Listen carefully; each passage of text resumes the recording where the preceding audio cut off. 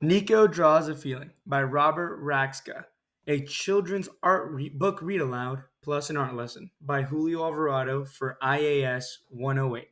And right here at the bottom is the cover of the story. For our introduction, our question is going to be, what do you think draws a feeling might mean?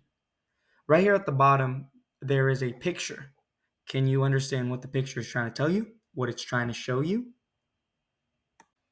Our main character for this story is Nico. Nico is an artist who draws not just what he sees, but what he feels. And right here is a picture of Nico with a butterfly. Let's begin the story. Nico loved to make pictures. Everywhere he went, he carried a box of colored pencils and a pad of paper.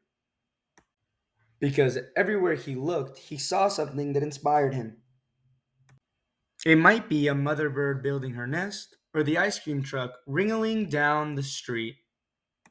When Nico was inspired, it felt like a window opening in his brain. An idea would fit through the open window like a butterfly, flutter down to his stomach, then along his arms and fingers to his pencil, where it would escape onto his paper in a whirlwind of color. It was a wonderful feeling, and Nico tried to capture it as often as he could. Do any of you ever feel like that? Sometimes he would show these pictures to his parents. What is it? His mom asked.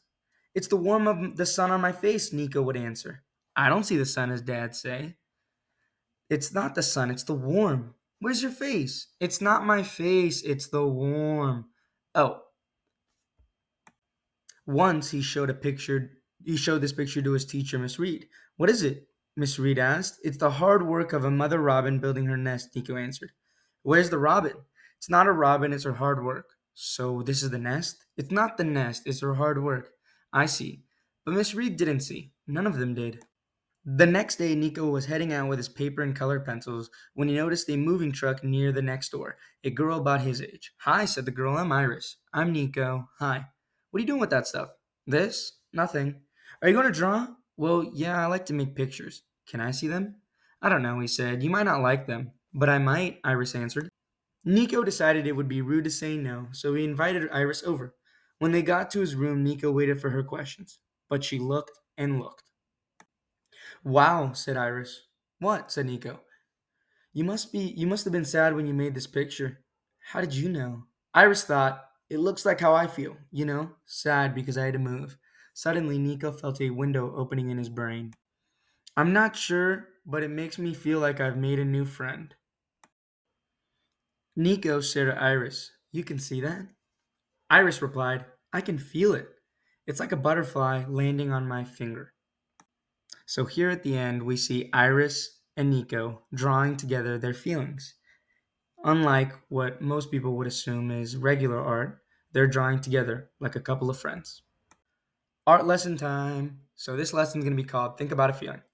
We're going to close our eyes and remember a feeling. It could be a sound, a color, the sun, or a smell. How does it feel in your body? Warm, calm, excited?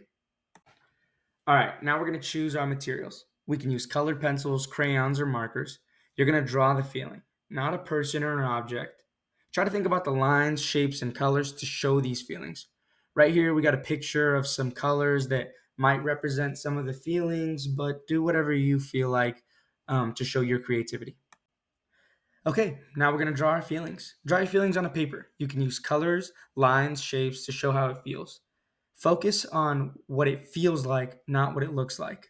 Right below, I have an example of my picture. I used mine because I'm a coach, and so I chose the feeling before a game.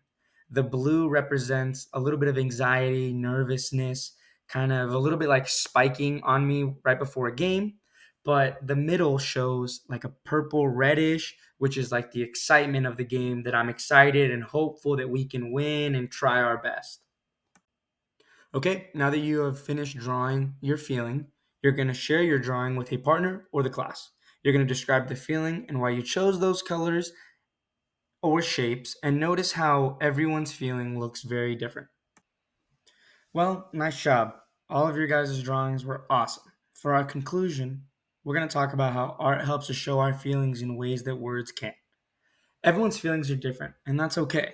Like Nico, you can express what you feel through colors and lines and shapes. And that's the lesson for today. Thank you so much. I hope you all have a good rest of your day.